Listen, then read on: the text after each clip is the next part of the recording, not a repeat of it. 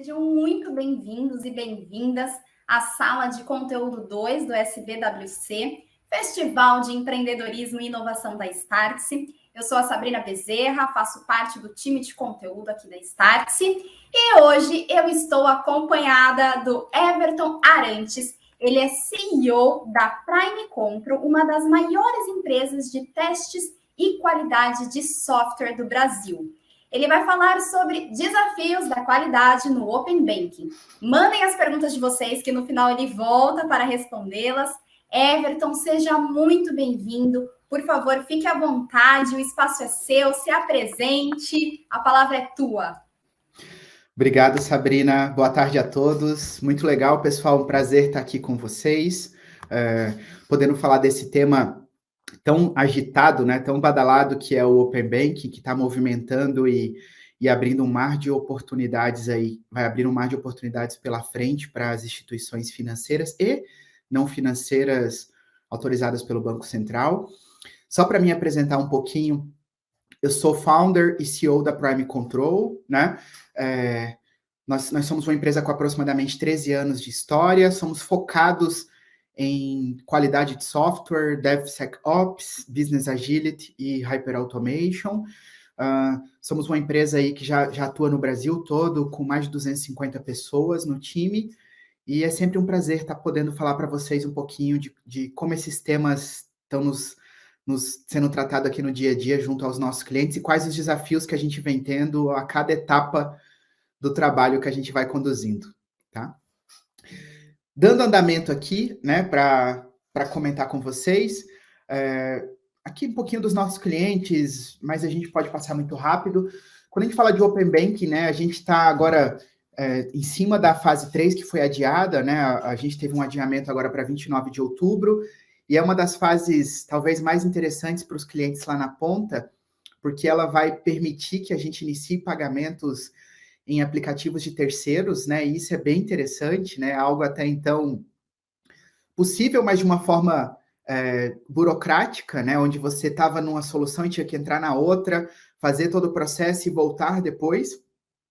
E com essa nova solução que está sendo disponibilizada agora nas entidades que já estão participando, a gente vai poder ter algo bem legal, que é a partir de qualquer aplicativo aí dos participantes, né? Que já estão dentro das fases.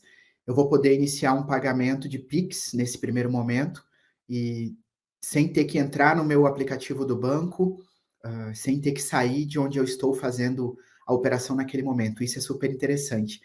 E depois vem a fase 4, que vai expandir as informações, né, que também tem um desafio bem grande, porque vai aumentar bastante o tráfego de dados e a quantidade de dados que vão estar sendo entregues, né? Vai entrar vários outros documentos.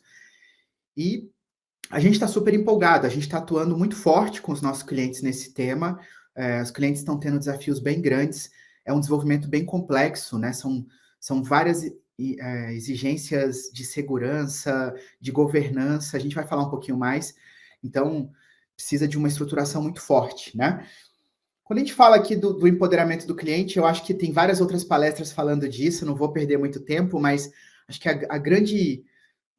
o que o Open Banking vai trazer de mais interessante, né, é que a gente vai ter realmente o empoderamento do cliente, né? O cliente vai poder estar contratando serviços financeiros através de soluções que não necessariamente são do único banco que ele tem um relacionamento atualmente, né? Isso vai melhorar bastante aí as opções. A gente espera que gerem várias oportunidades de negócios novas e que melhore também as opções para os clientes que estão lá na ponta, né? Eu acho que isso vai trazer um grande diferencial no dia a dia, né?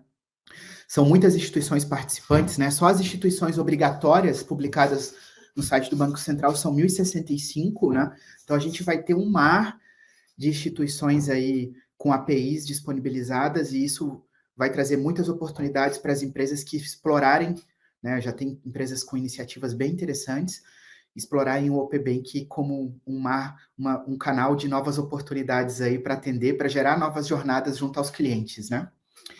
Quando a gente fala da fase 4, né, como eu comentei, vão entrar aí no escopo vários outros documentos, né? Aí a gente está falando de um número bem grande de documentos que vão passar a ser disponibilizados a partir da fase 4. Isso deve aumentar bastante o tráfego de dados nas APIs, E também vai aumentar também as possibilidades de serviços agregados a essas novas informações, né? Então, a gente vê que da agora para frente a tendência é só crescer, só ampliar. Depois, para o ano que vem, tem a entrada do TED, depois tem a entrada do débito em conta, né? Então, tem várias outras melhorias, outras features que vão estar entrando no Open Bank ao longo do tempo, né? A gente vê que tem várias fases pela frente e a gente acredita que tem muito mais por vir ainda para agregar nesses desafios, né? É muito interessante. Quando a gente estuda o Open Bank, mergulha e começa a ver as possibilidades, você vê que, se tratado, né, de uma forma muito adequada, com bastante profundidade, colocando o cliente no centro, você tem a possibilidade de gerar várias novas jornadas para os seus clientes e agregar novos serviços, agregar novos parceiros e aumentar, gerar novas linhas de receita e aumentar o negócio, aumentar as possibilidades do negócio, né? E, claro, entregar novas jornadas, novas experiências para os clientes que estão lá na ponta, que são o foco disso tudo, né? O empoderamento do cliente. Quando a gente fala dos desafios de QA, que é para isso que a gente está aqui, né? A gente vê uma complexidade muito alta nos requisitos e nas normas, né? Tem muitas empresas tratando o tema Open Bank como mais um tema, só que é diferente quando você está fazendo uma iniciativa 100% focada em digital, em entregar novas jornadas, novas experiências, em atuar na jornada do cliente, né? Na Customer Journey, para que ele tenha novas experiências, e quando você tem um conjunto de normas, diretrizes, regras, SLAs e aspectos de segurança muito fortes para serem tratados. Então, a gente, na iniciativa de Open Bank, é importante ter uma gestão de requisitos, né, um mapeamento, uma rastreabilidade, uma cobertura muito bem organizada, tá? Não dá para tratar como a gente trata normalmente iniciativas de digital de uma forma um pouco mais simplista. Não que elas não sejam tratadas com todo o cuidado, muito pelo contrário. As empresas estão fazendo um trabalho incrível em entregar novas jornadas. Só que aqui a gente tem um conjunto de requisitos legais, um conjunto de normas, vários padrões que precisam ser implementados de segurança, né? Toda a questão do FAP. Então, é preciso ter muito cuidado com a cobertura dos requisitos, com a estruturação dos requisitos, em como esses requisitos estão sendo atendidos a nível de desenvolvimento e testes, e para isso precisa ter uma gestão de requisitos muito forte, tá? A gente precisa ter toda uma estratégia de exposição e governança de APIs, né? A gente está falando de muitas APIs de provedores terceiros envolvidos, né? Muitas. Então, se a gente falar de 1.000 participantes obrigatórios, cada um tendo aí de 20 a 30 APIs, sem falar dos métodos, mas falando de 20 a 30 APIs, a gente já está falando de mais de 30.000 APIs que a gente vai poder interagir no dia a dia. Então, que as instituições vão poder interagir no dia a dia. Então, é muito importante ter mecanismos de exposição e governança de APIs muito fortes para que a gente possa suportar o crescimento do Open Bank, que a gente possa suportar a evolução do Open Bank, sem deixar a experiência do cliente, sem deixar a performance, sem deixar a jornada que a gente quer entregar com essas novas soluções serem impactadas, né? Para isso, novamente, a qualidade tem que entrar muito forte para garantir que essa governança está funcionando, que essa exposição está atendendo os requisitos de funcionalidade, de segurança, que os dados corretos estão sendo apresentados, a gente vai falar um pouquinho mais, né? Outro desafio que a gente vê muito forte é que, com o Open Banking, as instituições financeiras já estão, na maioria dos casos, muito maduras em conectar os seus legados, né, o seu core banking com o seu digital, com suas novas soluções digitais.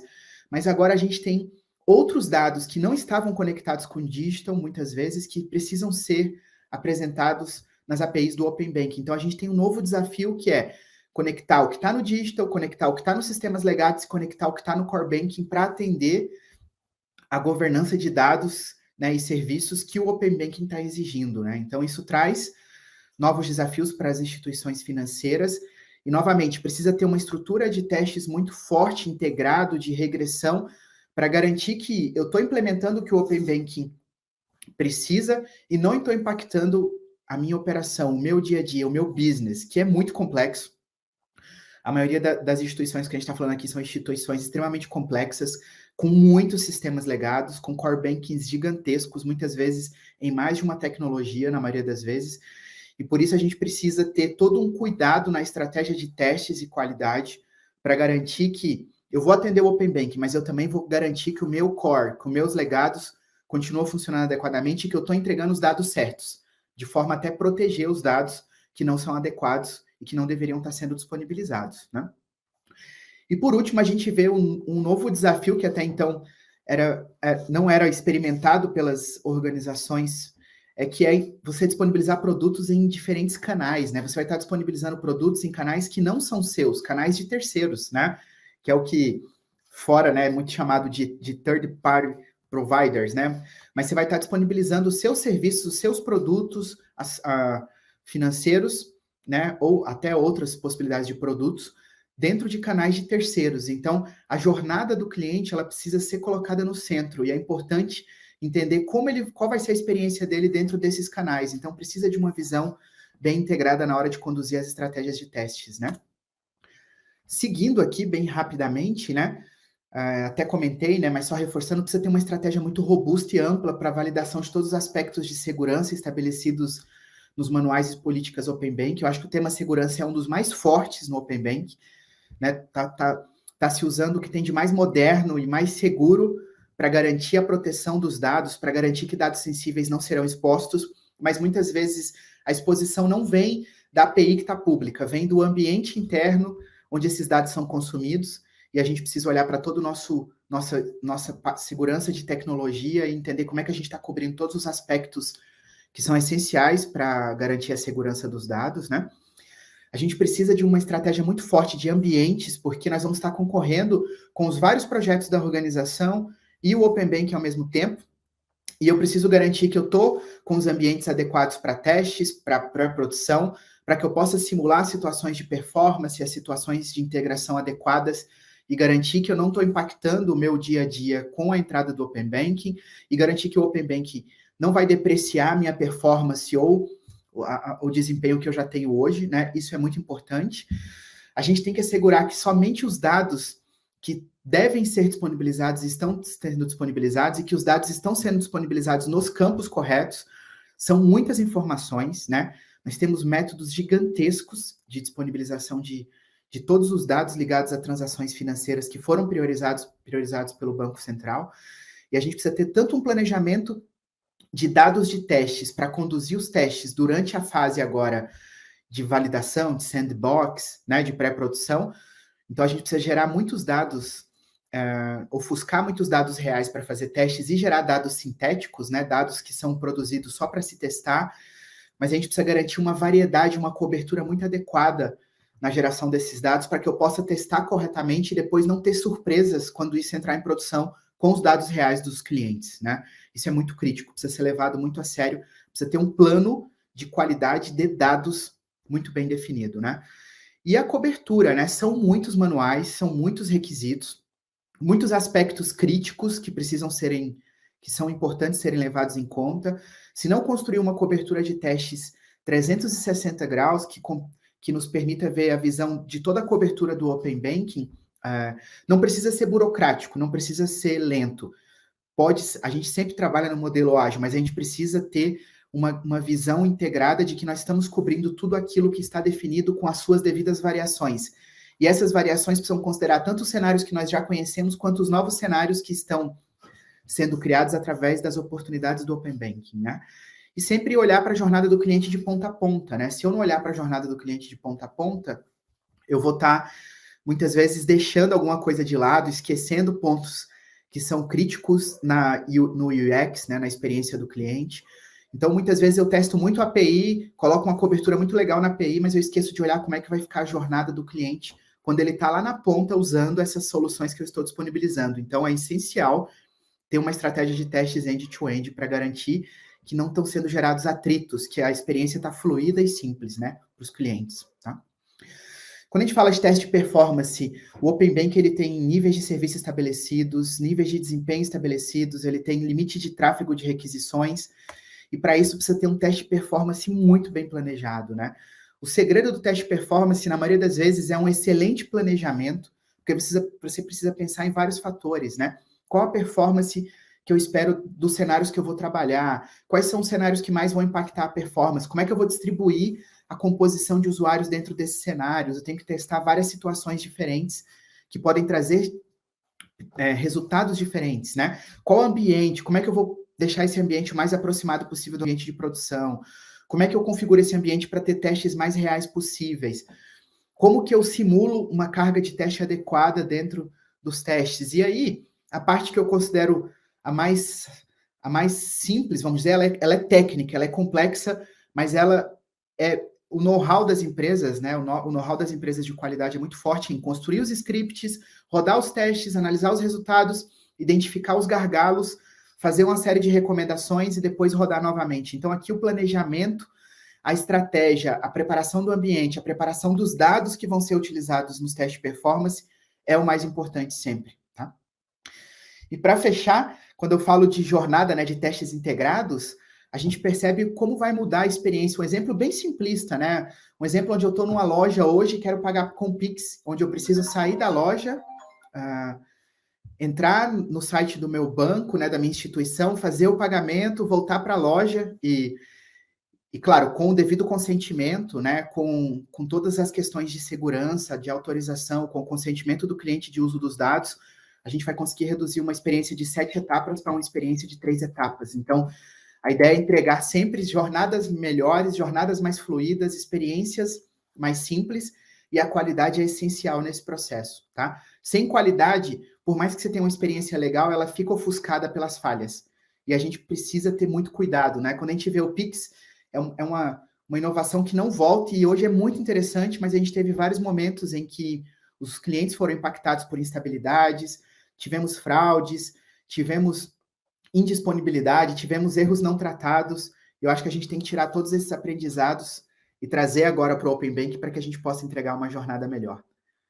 Pessoal, quero deixar um tempo para perguntas, tá? Depois a gente vai estar no stand também, mas era de forma bem simplista e rápida, era isso que eu tinha para trazer para vocês, tá? A Sabrina ainda vai voltar para trazer as perguntas. Tragam as perguntas, as dúvidas, a gente ainda tem alguns minutos e depois fiquem à vontade para visitar o nosso stand virtual. Nós estamos lá 100% à disposição para conversar com todos vocês. Tá? Boa, Everton. Voltei, estou de volta. Legal. Everton, tem uma pergunta, ela foge um pouco ali da questão da segurança, mas eu solto aqui. A Lia perguntou, como as instituições bancárias podem tirar proveito do Open Bank? Você poderia falar um pouco mais sobre isso? Sim. É muito interessante, né? Mas todas as instituições vão conseguir vão ter possibilidade de trazer grandes inovações a partir do Open Banking. Por quê? Porque você vai conseguir agregar produtos e serviços que podem não estar no seu portfólio hoje e disponibilizar isso para os seus clientes através das API, através da implantação do Open Banking, né? Então, por exemplo, se eu não tenho hoje um serviço de... Vamos pensar, um serviço de home broker, né? Nessa fase não está previsto, mas depois vai entrar. Mas se eu não tenho hoje um serviço de venda de seguros, ou se eu não tenho um serviço de investimento, com a entrada do Open Bank, eu vou poder montar uma parceria, atuar com outras instituições e trazer esses serviços para dentro do meu aplicativo, né? Fora isso, as instituições conseguem conhecer melhor os seus clientes para oferecer produtos muito mais personalizados, né? Então, um exemplo bem simples, que é muito interessante, eu estou começando um relacionamento com o banco. Hoje, quando você começa um relacionamento com o banco, tudo é novo, ele não te conhece, ele não tem seu histórico, você está interagindo com ele a primeira vez naquele momento. Com o Open Banking, os dados são seus.